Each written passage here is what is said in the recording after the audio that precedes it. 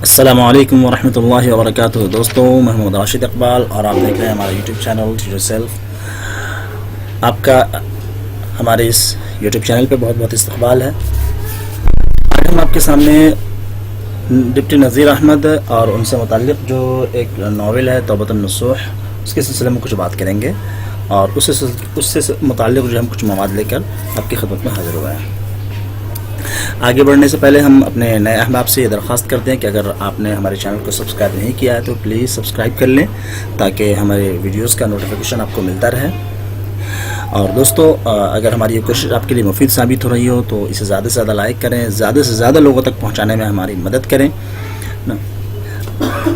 ٹھیک ہے دوستوں، چلیے شروع کرتے ہیں۔ تو سب سے پہلے ہم نذیر احمد کے بارے میں کچھ معلومات لیں گے، اس کے بعد ان کی جو ایک ناول ہے توبۃ النصوح، اس کے سلسلے میں ہم بات کریں گے۔ تو چلیے دیکھتے ہیں، شروع کرتے ہیں۔ نام ان کا نذیر احمد ہے، والد کا نام سعادت علی خاں ہے۔ ان کے خاندان کے افراد کو جو ہے پیرزادہ کہا جاتا تھا۔ کیوں کہا جاتا پیرزادہ؟ اس لیے کہ ان کے جد اعلیٰ جو ہیں ان کا نام تھا عبدالغفور اعظم پوری، جو شیخ عبدالقدوس گنگوہی کے خلیفہ تھے۔ تو شیخ عبدالقدوس گنگوہی کے خلیفہ تھے ان کے جد اعظم عبدالغفور اعظم پوری، اسی وجہ سے ان کے خاندان کے افراد کو پیرزادہ کہا جاتا تھا۔ ٹھیک ہے، تو ان کا نام نذیر احمد، والد کا نام سعادت علی خاں، اور افراد خاندان کو پیرزادہ کہا جاتا تھا، اس لیے کہ ان کے جو جد اعلیٰ تھے وہ عبدالغفور اعظم پوری عبدالقدوس گنگوہی رحمۃ اللہ علیہ کے خلیفہ تھے۔ آگے خطاب جو ان کو شمس العلماء خان بہادر کا خطاب ملا۔ شمس العلماء خان بہادر کے خطاب کس نے دیا؟ حکومت برطانیہ نے یہ خطاب 1897 میں دیا، 1897 میں 1897 میں شمس العلماء خان بہادر کا۔ اسی طرح سے ایک بات یہ بھی آتی ہے کہ ریاست حیدرآباد نے بھی انہیں غیور جنگ کا خطاب دیا تھا، لیکن اس خطاب کو انہوں نے قبول کرنے سے انکار کر دیا۔ پیدائش ان کی جو ہے دو قول ہیں ان کے سلسلے میں، جو ہے 1836 یا کچھ لوگوں نے 6 دسمبر 1831 بتایا ہے۔ ٹھیک ہے، پیدائش کے سلسلے میں دو اقوال ہیں۔ وفات جو ہے ان کی جو ہے 3 مئی 1912 کو فالج کی وجہ سے، فالج کا اثر ہو گیا جس کی وجہ سے ان کی وفات ہوئی۔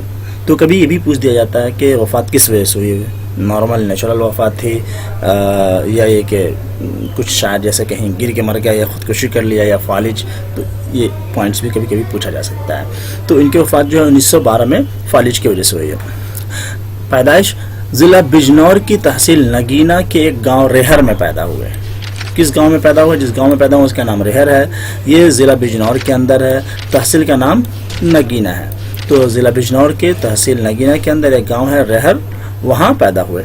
ایک مشہور بزرگ شاہ عبدالغفور اعظم پوری کے خاندان سے تعلق رکھتے تھے یہ، اسی وجہ سے ان کے خاندان کو پیرزادہ کہا جاتا تھا، جیسا کہ میں نے اوپر بیان کیا۔ لیکن آپ کے والد مولوی سعادت علی جو ہیں یہ غریب آدمی تھے اور یو پی کے ضلع بجنور کے رہنے والے تھے، ضلع بجنور میں یہ لوگ رہنے والے تھے، ریہر گاؤں کا نام تھا۔ فارسی کی تعلیم والد سے لی اور دیگر اساتذہ میں جو ابتدائی تعلیم ہوتی ہے گھریلو، وہ فارسی کی تعلیم انہوں نے والد سے لی، اور دیگر اساتذہ میں جو ہے وہ ڈپٹی نصیر اللہ خورجوی، مولوی مملوک علی، امام بخش صحبائی، ماسٹر رام چندر اور مولوی عبدالحق، یہ تمام ان کے اساتذہ ہیں ڈپٹی نذیر احمد کے۔ ٹھیک ہے، یہ تمام جو ہے اساتذہ کا نام ہے۔ مولوی عبدالحق بھی ان کے اساتذہ میں ہے۔ تعلیم، شروع کی تعلیم والد صاحب سے حاصل کی۔ 14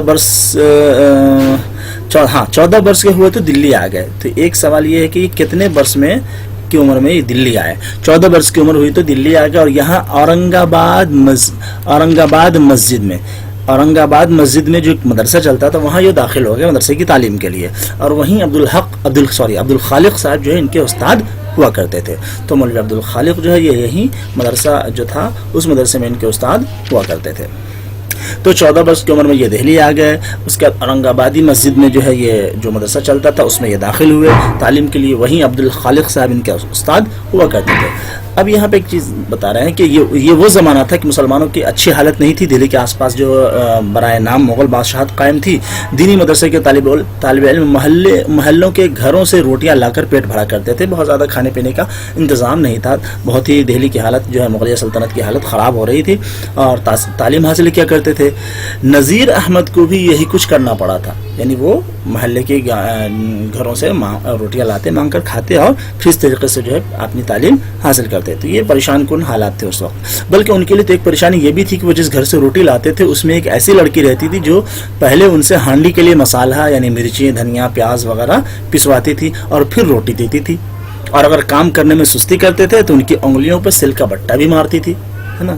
لیکن دلچسپ بات یہ ہے کہ اسی لڑکی سے آگے چل کے ان کی شادی ہوتی ہے. ٹھیک ہے. خیر آگے دیکھیں. نذیر احمد کا داخلہ دہلی کالج میں 1845 میں ہوا اور 1845 سے لے کر کے 1853 تک دلی کالج میں یہ زیر تعلیم رہے. دلی کالج میں نذیر احمد کے ساتھ محمد حسین آزاد اور مولوی ذکاء اللہ بھی ان کے ہم جماعت تھے.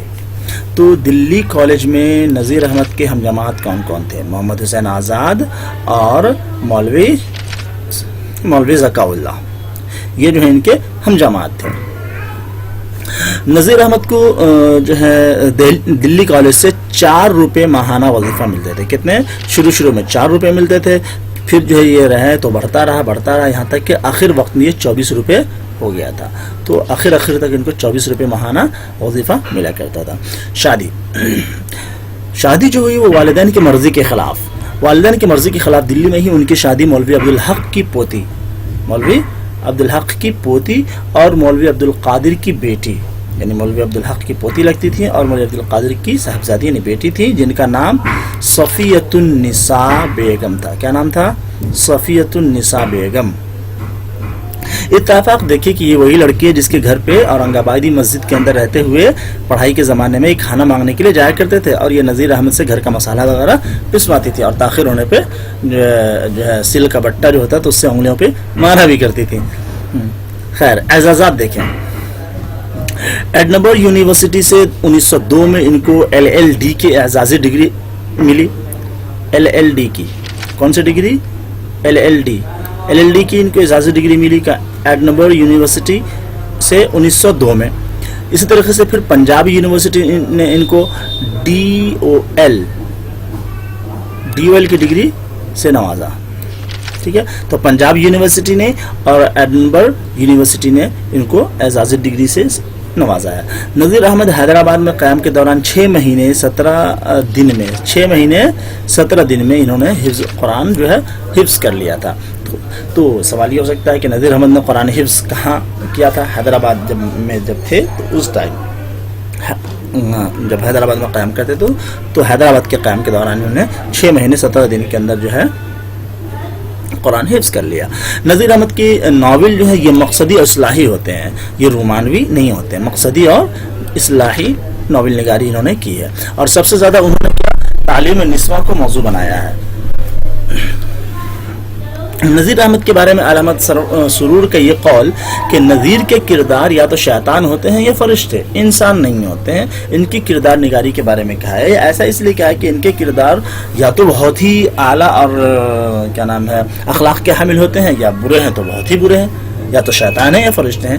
انسانی خصوصیات نظر نہیں آتی ہے کہ جیسے کچھ غلطی بھی ہو جائے اور کچھ اچھے اخلاق بھی ہوں, تو اس طرح کے کردار نہیں نظر آتے. تو اسی وجہ سے انہوں نے کہا کہ نذیر کا کردار یا تو شیطان ہوتے ہیں یا فرشتے, انسان نہیں ہوتے. کس کا قول ہے؟ آل احمد سرور کا, نذیر احمد کے بارے میں. ٹھیک ہے. ملازمت دیکھیں. مولوی نذیر احمد نے اپنی زندگی کا آغاز ایک مدرس کی حیثیت سے کیا. ٹھیک ہے. پھر وہاں سے وہ ترقی کرتے ہوئے ڈپٹی انسپیکٹر مدراس مقرر ہوئے. ٹھیک ہے. انڈین پینل کوڈ کا ترجمہ کیا انہوں نے تعزیرات ہند کے نام سے, جو سرکاری حلقوں میں بہت مقبول ہوا. اس کے سلے میں آپ کو تحصیلدار مقرر کیا. کیا کیا تھا انہوں نے؟ انڈین پینل کوڈ جو تھا اس کا ترجمہ انہوں نے کیا تعزیرات ہند کے نام سے, جس کی وجہ سے سرکاری حلقوں میں ان کو مقبولیت ہوئی اور ان کو تحصیلدار مقرر کیا گیا. پھر تحصیلدار سے ترقی کرتے ہوئے یہ ڈپٹی کلکٹر بھی ہو گئے. نظام دکن نے ان کی شہرت سن کر ان کی خدمات ریاست میں منتقل کرا لی, جہاں انہیں 800 روپے ماہوار پر افسر بندوبست مقرر کیا گیا. کتنے؟ 800 روپے ماہوار.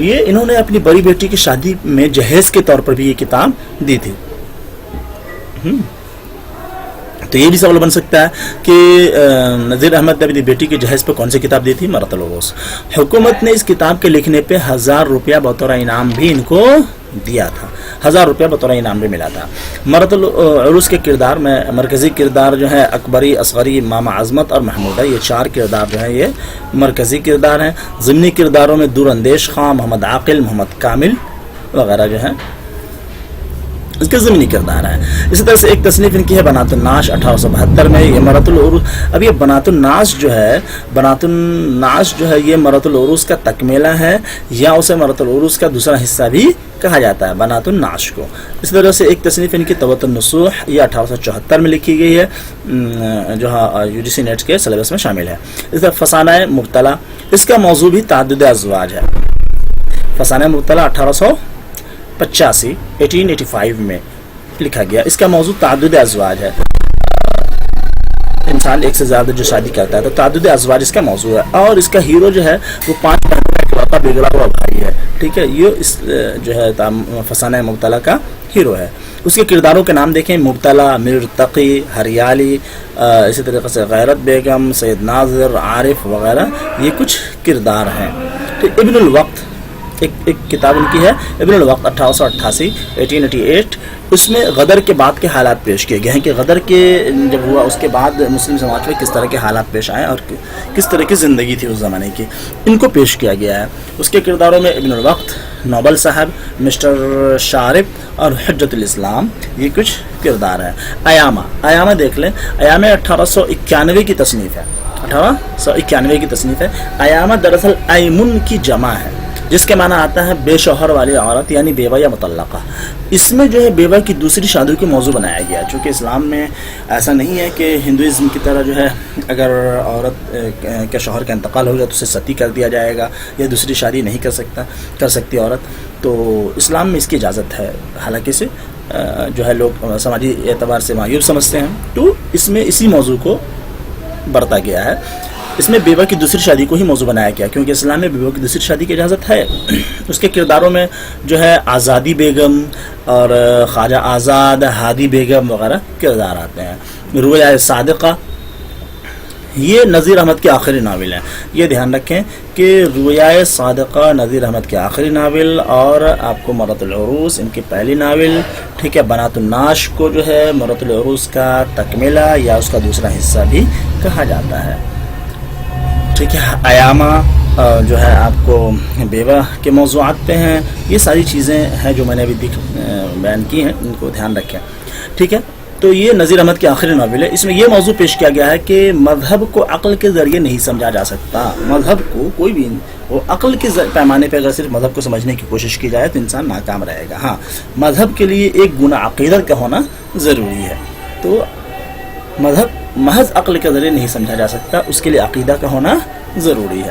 ٹھیک ہے، رویا صادقہ، اس کے جو کردار ہیں وہ صادقہ اور سید صادق وغیرہ اس کے کردار ہیں. ٹھیک ہے دوستو، تو یہ تھی کچھ معلومات نذیر احمد سے متعلق اور ان کی کچھ تصانیف سے متعلق. ممکن ہے کہ یہ مفید ثابت ہو آپ کے لیے. اسے دھیان سے دیکھیں، نوٹس لیں اور اچھے سے تیاری کریں دوستو. اور ہماری یہ کوشش آپ کے لیے مفید ہو تو اسے زیادہ سے زیادہ لوگوں تک شیئر کریں، اپنے دوستوں کو بتائیں تاکہ زیادہ لوگوں تک پہنچ سکے اور زیادہ سے زیادہ لوگ اس سے استفادہ کر سکیں. ٹھیک ہے دوستوں، تو انشاءاللہ اگلے ویڈیو میں ہم جو ہے توبۃ النصوح کے بارے میں بات کریں گے. ٹھیک ہے، تو جب تک ہمیں اجازت دیں، خوش رہیں، اپنا خیال رکھیں. پھر جلدی ملتے ہیں کسی اگلے ویڈیو میں. السلام علیکم ورحمۃ اللہ وبرکاتہ.